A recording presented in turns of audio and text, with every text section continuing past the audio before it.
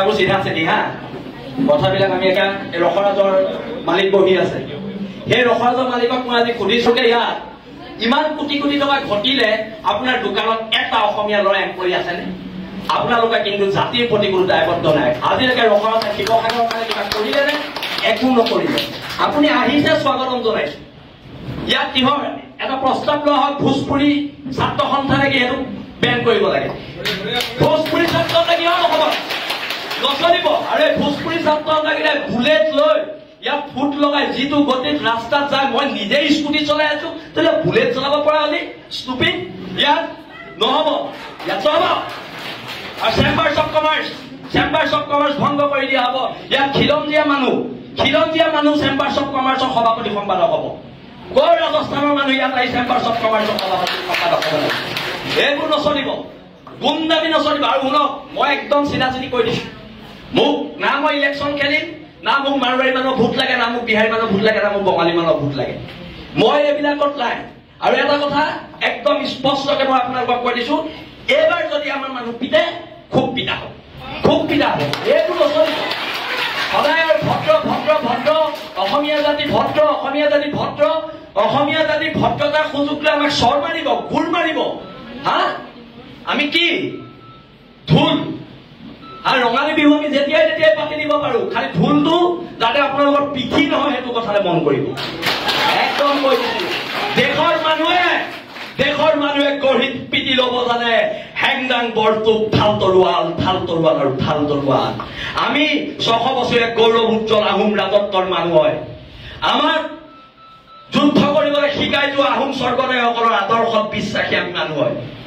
অসমীয়া মানুহ ভদ্ৰ অসমীয়া মানুহ সৰল হয় কাৰণেতো আহি ইয়াত ৰসৰাজ খুলি বেপাৰ কৰি থাকিব পাৰিছা সৰল হয় কাৰণে এইটো অপচৰা খুলি বেপাৰ কৰি থাকিব পাৰিছা আমি সৰল হয় কাৰণে তোমালোকে বেপাৰ কৰি কোটি কোটি টকাৰ মালিক হ'ব পাৰিছা কিন্তু যদি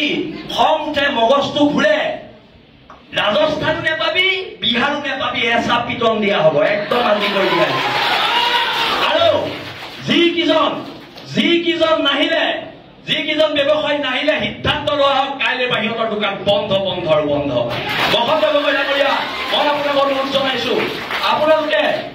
মোৰ বসন্ত গগৈৰ মাজত কেতিয়াবা কাজিয়া হয় কিন্তু কাইলৈ বসন্ত গগৈ কোনোবা অনা অসমীয়া মানুহে হাত দিলে শৃংখল চলিয়ে ঘৰত সোমাই বহি নাথাকে আৰু দাদা আপুনি ৰাজহুৱা কৰক কালি কোন 3জন বদন আপোনাৰ ঘৰলৈ গৈছিলে আপুনি ৰাজহুৱা কৰক 3জন বদন কোন গৈছিলে সেই বদন কি জাগাটো গাড়ীত কাণত ধৰাব লাগিব আপুনি আজি ৰাজহুৱা কৰি যাব লাগিব কোন 3জন বদন আপোনাৰ ঘৰলৈ কালি ৰাতি পইচাৰ ঘোষ দিবলৈ গৈছিলে আৰু এটা কথা ভোজপুৰী সংগঠন বন্ধ আৰু ইয়াত কিহৰ মাৰোৱাৰী যুৱ মঞ্চ অসমীয়া যুৱ মঞ্চ আছে চব জইন কৰা ইয়াত মাৰোৱাৰী যুৱ মঞ্চ নহ'ব এতিয়াৰ পৰা একো নহ'ব বহুত সহ্য কৰিলো চব মাৰোৱাৰী যুৱ মঞ্চৰ নাম মাৰোৱাৰী সমাজে নিজে গৈ পেলাই মোহাৰিব লাগিব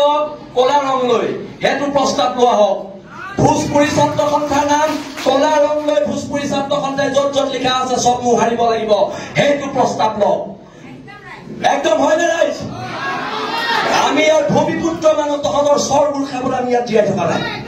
আমি চৰবোৰ খাবলৈ জীয়াই থকা নাই আৰু আমাৰ চৰকেইটা বেংগলী ফেডাৰেশ্যন বন্ধ কৰা হওক এইবোৰ অসমত নচলিব উজনি অসমলৈ উচলিব দিয়া নহ'ব এইখিনিকে কলো মই কথাবোৰ ক'লে বিতৰ্ক হয় মই কথাবোৰ ক'লে মোক গুণ্ডা বুলি কয় কিন্তু যদি মই আকৌ কৈছো যদি আমি গুণ্ডা হয় মোৰ নিচিনা গুণ্ডাৰ সমাজৰ প্ৰয়োজন আছে কৰিব লাগিব গুণ্ডামি দেশ আৰু জাতিৰ স্বাৰ্থ অসম নামৰ মাজনীৰ স্বাৰ্থ ইহঁতে চল পায় আমি কিবা এটা কৰিলে আমাক পুলিচে জেলত ভৰাই দিয়ে মাৰোৱাৰীখিনিয়ে চল পায় আমি কিবা এটা কৰিলে জেলত ভৰাই দিয়ে সেই মাৰোৱাৰী সমাজক কৈছো জেলৰ ভিতৰৰ আটাইতকৈ ডাঙৰ গুণ্ডাটো ময়ে হ'ব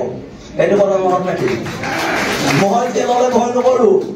জেল মোৰ দ্বিতীয় ঘৰ এইবোৰ কথা কৈ লাভ নাই